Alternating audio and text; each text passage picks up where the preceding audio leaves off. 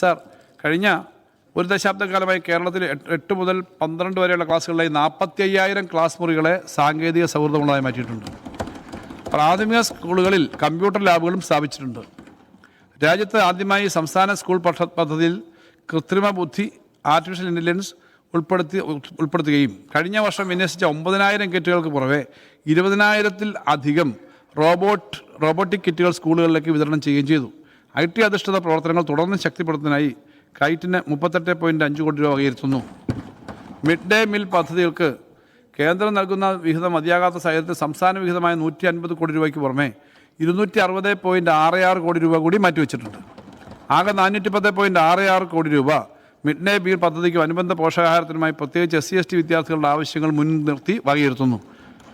Sir, digital പാഠപുസ്തകങ്ങൾ തയ്യാറാക്കുന്നതിനുള്ള നടപടികൾ ആരംഭിച്ചിട്ടുണ്ട്. സ്പോർട്സ് സ്കൂളുകൾക്കായി പ്രത്യേക പാഠ്യപദ്ധതി രൂപീകരിക്കുന്ന പ്രക്രിയ SCRT ആരംഭിച്ചിട്ടുണ്ട്. SCRTയുടെ പ്രവർത്തനങ്ങൾക്കായി 21.25 കോടി രൂപ വകയിരുത്തുന്നു. സാർ, ഉന്നത വിദ്യാഭ്യാസം. സാർ, കേരളത്തിലെ ഉന്നത വിദ്യാഭ്യാസ മേഖലയിൽ നയപരമായ വലിയ മാറ്റങ്ങളും സ്ഥാപനങ്ങളുടെ വിപുലീകരണവും നടപ്പിലായി വന്നിട്ടുണ്ട്. പ്രത്യേകിച്ച് 2016-17 കാലയളവിന് ശേഷം ഉന്നത വിദ്യാഭ്യാസ മേഖലയ്ക്ക് പ്രത്യേക ശ്രദ്ധയും വർദ്ധിച്ച പദ്ധതി വിഹിതം നൽകി വരുന്നുണ്ട്. അതിൻ്റെ ഗുണഫലങ്ങൾ നമ്മുടെ സർവകലാശാലയുടെ ദേശീയ റാങ്കിലെയും അക്രഡിറ്റേഷനിലെയും മുന്നേറ്റത്തിൽ നിന്ന് വ്യക്തമാണ്. സർവകലാശാല ഭരണത്തെ കലുഷിതമാക്കാനുള്ള ശ്രമങ്ങൾക്കിടയിലും ഉന്നത വിദ്യാഭ്യാസ രംഗത്തെ സംരക്ഷിക്കാൻ നമുക്ക് കഴിയുന്നുണ്ട്. ഉന്നത വിദ്യാഭ്യാസ കമ്മീഷൻ ശുപാർശകൾ നടപ്പിലാക്കുന്നതിനും 4 വർഷ ബിരുദ കോഴ്സുകൾ പ്രാവർത്തികമാക്കുന്നതിനും 851.46 കോടി രൂപ നീക്കിവെക്കുന്നു. ഇത് മുൻവർഷത്തേക്കാൾ 8.67% അധികമാണ്. സാർ, ദേശീയ തലത്തിലുള്ള NIRF റാങ്കിങ്ങിൽ കേരളത്തിലെ ഉന്നത വിദ്യാഭ്യാസ സ്ഥാപനങ്ങൾ മികച്ച പ്രകടനം തുടരുന്നു. രാജ്യത്തെ മികച്ച 100 കോളേജുകളിൽ 18 എണ്ണം കേരളത്തിൽ നിന്നുള്ളവയാണ്. സർവകലാശാല വിഭാഗത്തിൽ കേരള, മഹാത്മാഗാന്ധി, കുസാറ്റ് എന്നീ സർവകലാശാലകൾ ആദ്യ 50 സ്ഥാനങ്ങളിൽ ഇടം പിടിച്ചു. കേരള സർവകലാശാല NAAC A++ ഗ്രേഡ് കരസ്ഥമാക്കി. സംസ്ഥാനത്തെ ഏറ്റവും ഉയർന്ന പോയിന്റ് നേടിയ സർവകലാശാലയായി. NIRF 2025 സംസ്ഥാന പൊതു സർവകലാശാലയിൽ 5ാം സ്ഥാനവും സർവകലാശാല വിഭാഗത്തിൽ 21ാം സ്ഥാനവും നേടി. സാർ, ഉന്നത വിദ്യാഭ്യാസ വകുപ്പിന് കീഴിലുള്ള സർവകലാശാലകളുടെ പ്രവർത്തനങ്ങൾക്കായിട്ട് 259.09 കോടി രൂപ വകയിരുത്തുന്നു. സാർ, ലൈബ്രറിയന്മാരുടെ പ്രതിമാസ അലവൻസ് കുറേ കാലമായി പരിഷ്കരിച്ചിട്ടില്ല. അതുകൊണ്ട് ലൈബ്രറി കൗൺസിലുമായി ബന്ധപ്പെട്ട ലൈബ്രറിയന്മാരുടെ പ്രതിമാസ അലവൻസിൽ 1000 രൂപയുടെ വർധനവ് വരുത്തുന്നു. സാർ, പത്രപ്രവർത്തകരുടെ പെൻഷൻ നേരത്തെ വർദ്ധിപ്പിച്ചതിന് ശേഷം ഇപ്പോൾ വീണ്ടും 1,500 രൂപ വെച്ച് വർദ്ധിപ്പിക്കാൻ തീരുമാനിക്കുന്നു. അതോടുകൂടി 13,000 രൂപ ആ പെൻഷനായി വർദ്ധിക്കും പത്രപ്രവർത്തക പെൻഷൻ. പൊതു ഹോസ്റ്റൽ സൗകര്യങ്ങളും സ്കോളർഷിപ്പുകളും. സാർ, താമസ സൗകര്യമില്ലാത്തതിനാൽ ഒരു വിദ്യാർത്ഥിക്ക് ഉന്നത വിദ്യാഭ്യാസം നിഷേധിക്കപ്പെടരുത് എന്ന ലക്ഷ്യത്തോടുകൂടി പൊതു ഹോസ്റ്റൽ പദ്ധതി ആരംഭിക്കും. ആദ്യഘട്ടത്തിൽ എറണാകുളം, തൃശ്ശൂർ, കോഴിക്കോട് ജില്ലകളിലാണ് ഇത് നടപ്പിലാക്കുന്നത്. പ്രാരംഭഘട്ട പ്രവർത്തനങ്ങൾക്കായി 10 കോടി രൂപ വകയിരുത്തുന്നു. സാർ, വിവിധ ഫെലോഷിപ്പുകൾ ഒക്കെ ഉൾപ്പെടുത്തുന്നതിനകത്ത് സർവകലാശാലയിലും ഉന്നത വിദ്യാഭ്യാസത്തിൽ രജിസ്റ്റർ ചെയ്തിട്ടുള്ള മുഴുവൻ സമയ PhD ഗവേഷകർക്ക് മറ്റ് ഫെലോഷിപ്പുകൾ കിട്ടാത്തവർക്ക് പ്രതിമാസം 15,000 രൂപ നിരക്കിൽ ഫെലോഷിപ്പ് നൽകും. ഇതൊരു പുതിയ പദ്ധതിയാണ്. ഇത് ഗവേഷണ മേഖലയെ പ്രോത്സാഹിപ്പിക്കുന്നതിനുള്ള വലിയ പദ്ധതിയാണ്. ഇതിൻ്റെ ഭാഗമായിട്ട് സ്കോളർഷിപ്പ് ഫെലോഷിപ്പ് പദ്ധതിക്കായിട്ട് 38.76 കോടി രൂപ വകയിരുത്തുന്നു. സാങ്കേതിക വിദ്യാഭ്യാസവും ഗവേഷണവും 295 കോടി ഈ മേഖലയ്ക്കായി മാറ്റിവെക്കുന്നു. IHRDക്കായി 40 കോടിയും ട്രസ്റ്റ് പാർക്കിനായി 4 കോടിയും LBSനും 9.58 കോടി രൂപയും സർക്കാർ പോളിടെക്നിക്കുകൾക്ക് 49 കോടി രൂപയും ടെക്നിക്കൽ ഹൈസ്കൂളുകൾക്ക് 11.5 കോടി രൂപയും മാറ്റിവെക്കുന്നു. സാർ, ഉന്നത വിദ്യാഭ്യാസ പരിഷ്കരണ റിപ്പോർട്ടുകൾ നടപ്പിലാക്കുന്നതിൻ്റെ ഭാഗമായി 10 മികവിൻ്റെ കേന്ദ്രങ്ങൾ വിഭാവനം ചെയ്തിട്ടുണ്ട്. Centres of excellence. ഇവയിൽ 5 എണ്ണം സംസ്ഥാനത്ത് പ്രവർത്തനം ആരംഭിച്ചു കഴിഞ്ഞു. പ്രസ്തുത പ്രവർത്തനങ്ങൾക്കായി 12 കോടി വകയിരുത്തുന്നു. സർവകലാശാലയിലെ അക്കാഡമിക് പ്രവർത്തനങ്ങൾ മികവുറ്റതാക്കാനുള്ള ഡിജിറ്റൽ മാനേജ്മെൻറ്റ് സംവിധാനം എല്ലാ സർവകലാശാലയിലും വ്യാപിപ്പിക്കുന്നതിനായി 2 കോടി രൂപ കെയർഇപ് എന്ന പദ്ധതിക്കായിട്ട് വകയിരുത്തുന്നു. സാർ, ശാസ്ത്രം കൂടുതൽ ജനകീയമാക്കുന്നതിൻ്റെ ഭാഗമായിട്ടുള്ള വിവിധ പ്രവർത്തനങ്ങൾക്കായിട്ട് 30.70 കോടി രൂപ വകയിരുത്തുന്നു. ഞാൻ ആ സ്ഥലങ്ങളെല്ലാം വായിക്കുന്നില്ല. സർക്കാർ നിയമപഠന കോളേജുകൾക്ക് പ്രവർത്തനങ്ങൾക്കായി 16.7 കോടി രൂപ മാറ്റിവെക്കുന്നു. കേരള സ്റ്റേറ്റ് ഹയർ എഡ്യൂക്കേഷൻ കൗൺസിലിന് 22 കോടി രൂപ മാറ്റിവെക്കുന്നു. അസാപ്പിന് 35.3 കോടി രൂപ മാറ്റിവെക്കുന്നു. KR Narayanan national institute of visual science and ആർട്സിൻ്റെ പ്രവർത്തനങ്ങൾക്ക് 11.5 കോടി രൂപ മാറ്റിവെക്കുന്നു. PG സംസ്കൃതി കേന്ദ്രത്തിന് 2 കോടി രൂപ വകയിരുത്തുന്നു. കോളേജ് വിദ്യാഭ്യാസ വകുപ്പിന് കീഴിലുള്ള കോളേജുകളുടെ അടിസ്ഥാന സൗകര്യങ്ങൾ മെച്ചപ്പെടുത്തുന്നതിന് മറ്റ് ഭൗതിക മാനവ വികസന പരിപാടികൾക്ക് പദ്ധതിയായിട്ട് 104 കോടി രൂപ വകയിരുത്തുന്നു. സാർ, കലയും സംസ്കാരവും സാംസ്കാരിക കാര്യ വകുപ്പിന് കീഴിലുള്ള വിവിധ സ്ഥാപനങ്ങൾ കേരളത്തിൻ്റെ കലയും സാംസ്കാരിക പൈതൃകവും വളർത്തുന്നതിനും സംരക്ഷിക്കുന്നതിനും ശ്രദ്ധേയമായ സംഭാവനകളാണ് നൽകിയിട്ടുള്ളത്. കലാ സാംസ്കാരിക മേഖലയ്ക്കുള്ള ബജറ്റ് വിഹിതത്തിൽ 30% വർധനവ് വരുത്തുന്നു. ഡയമണ്ട് ജൂബിലി ഫെലോഷിപ്പ് പദ്ധതി വിജയകരമായി മുന്നോട്ട് പോകുന്നതിനായി 13 കോടി രൂപ വകയിരുത്തുന്നു. സാംസ്കാരിക കേരളം സ്മൃതി മന്ദിരം.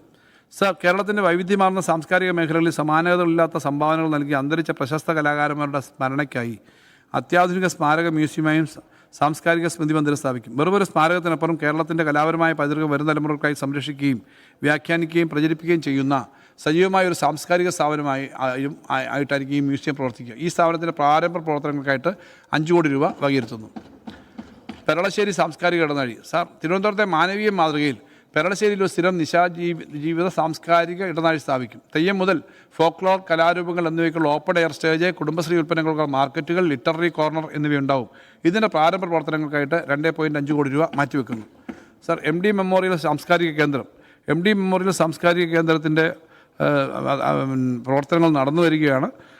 MDയുടെ മലയാള ഭാഷയുടെ ചരിത്രത്തിലും സംസ്കാരത്തിലും കേന്ദ്രീകരിക്കുകയും MD വാസുദേവൻ നായരുടെ സാഹിത്യ സംഭാവനകളിലേക്കും പ്രവർത്തനങ്ങളിലേക്കും വെളിച്ചം വീശുകയും ചെയ്യുന്നതായിരിക്കും ഈ പദ്ധതി. ആദ്യഘട്ടം നടപ്പിലാക്കുന്നതിന് വേണ്ടി നേരത്തെ വെച്ച പണം കൂടാതെ 1.5 കോടി രൂപ കൂടി ഈ വർഷം വകയിരുത്തുന്നു. Sir, south zone cultural centre Pinarayi ഒരു ബഹുമുഖ സാംസ്കാരിക കേന്ദ്രമായിട്ടാണ് സൗത്ത് കോൺ കൾച്ചറൽ സെൻറ്റർ വിഭാവനം ചെയ്തിരിക്കുന്നത്. പ്രാദേശികമായ കലകളെയും കരകൗശല വിദ്യകളെയും പ്രോത്സാഹിപ്പിക്കുന്നതിനൊപ്പം കലാപ്രകടനങ്ങൾക്കും പരിശീലനങ്ങൾക്കും ശില്പശാലകൾക്കും കലാകാരന്മാർ തമ്മിലുള്ള സംവാദങ്ങൾക്കുമായി പ്രത്യേക ഇടങ്ങൾ ഒരുക്കി സാംസ്കാരിക വിനിമയം സുഗമമാക്കുകയാണ് ഈ കേന്ദ്രം ലക്ഷ്യമിടുന്നത്. ഈ പദ്ധതിക്കായിട്ട് 1 കോടി രൂപ വകയിരുത്തുന്നു. ജില്ലാതല പുരാവസ്തു പൈതൃക മ്യൂസിയം പദ്ധതിക്കായിട്ട് 5 കോടി രൂപ വകയിരുത്തുന്നു. കേരള സംസ്ഥാന പുരാരേഖ വകുപ്പിൻ്റെ പ്രവർത്തനങ്ങൾക്ക് 10 കോടി രൂപ വകയിരുത്തുന്നു. AKG മ്യൂസിയത്തിൽ പ്രദർശന വസ്തുക്കൾ ഒരുക്കുന്നതിനും ലാൻഡ്സ്കേപ്പിങ്ങിനും വാർഷിക പരിപാലനത്തിനായി 4.5 കോടി രൂപ വകയിരുത്തുന്നു. കണ്ണൂരിലെ തളിപ്പറമ്പിൽ മൃഗശാല സഫാരി പാർക്ക് സ്ഥാപിക്കുന്നതിനായി 2026-27 സാമ്പത്തിക വർഷം 4 കോടി രൂപ കൂടി വകയിരുത്തുന്നു. കൊല്ലത്തെ ഹിസ്റ്ററി ആൻഡ് മാരിടൈം മ്യൂസിയത്തിൽ 3 കോടി രൂപ വകയിരുത്തുന്നു. അയ്യങ്കാളി പഠന കേന്ദ്രത്തിന് 1.5 കോടി രൂപ വകയിരുത്തുന്നു. കേരള സംസ്ഥാന ചലച്ചിത്ര വികസന കോർപ്പറേഷൻ്റെ വിവിധ പ്രവർത്തനങ്ങൾക്കായി 24 കോടി രൂപ വകയിരുത്തുന്നു. വനിതാ സംവിധായകർക്ക് ഫീച്ചർ ഫിലിമുകളുടെ നിർമ്മാണത്തിന് സഹായം നൽകുന്നതിന് 7 കോടി രൂപ വിഹിതം 7 കോടി രൂപയായിട്ട് വർദ്ധിപ്പിക്കുന്നു. കേരള സംഗീത നാടക അക്കാദമിക്ക് 13 കോടി രൂപ. സാർ, ഇസ്ലാമിക പണ്ഡിതനും സാമൂഹിക പരിഷ്കർത്താവുമായിരുന്ന ഷൈഖ് സൈനുദ്ദീൻ മക്കൂം രണ്ടാമൻ്റെ പേരിൽ ഒരു ചരിത്ര ഗവേഷണത്തിനായിട്ടുള്ള സെൻറ്റർ പൊന്നാനിയിൽ സ്ഥാപിക്കുന്നതിനായിട്ട് 3 കോടി രൂപ വകയിരുത്തുന്നു. കേരള ലളിതകലാ അക്കാദമിക്ക് 7.5 കോടി രൂപ. കേരള നടൻ കലാ അക്കാദമിക്ക് 5 കോടി രൂപ. ചലച്ചിത്ര അക്കാദമിക്ക് 16 കോടി രൂപ. കലാമണ്ഡലത്തിൻ്റെ പ്രവർത്തനങ്ങൾ 27.5 കോടി രൂപ. ഇങ്ങനെ വകയിരുത്തുന്നു. സാർ, ഉത്കൃഷ്ടരായ കലാസാഹിത്യ വ്യക്തികളുടെ സ്മാരകങ്ങൾക്കുള്ള സഹായമായി 5 കോടി രൂപ വകയിരുത്തുന്നു. മഴമിഴി പദ്ധതിക്ക് 2 കോടി രൂപയും കലാകാരന്മാർക്കുള്ള ഉപജീവനം റൂറൽ ആർട്ട് ഹബ്ബുകൾക്കായിട്ട് 5 കോടി രൂപയും വകയിരുത്തുന്നു. സാർ, കായംകുളത്ത് തോപ്പിൽ ബാസി, തൃശ്ശൂരിൽ PJ ആൻ്റണി, കണ്ണൂരിൽ KT മുഹമ്മദ് എന്നീ നാടക ഇതിഹാസങ്ങളെ ആദരിക്കാൻ കോഴിക്കോട്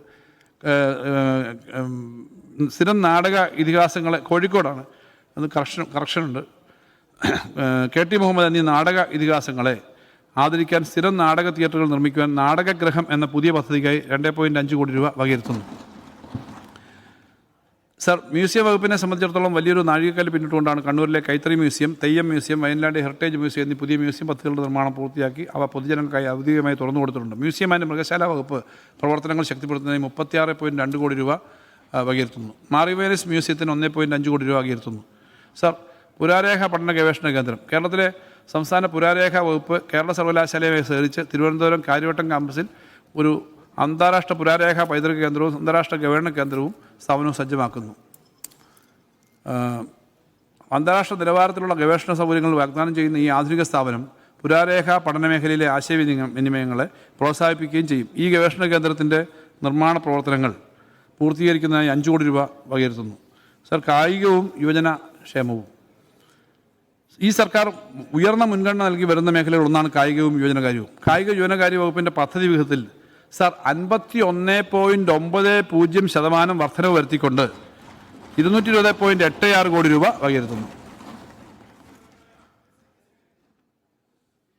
കായിക അടിസ്ഥാന സൗകര്യ വികസനം. പുതിയ കായിക സൗകര്യങ്ങൾ നിർമ്മിക്കുന്നതിനും നിലവിലുള്ള മികച്ച രീതിയിൽ നിലനിർത്തുന്നതിനും 30.5 കോടി രൂപ വകയിരുത്തുന്നു.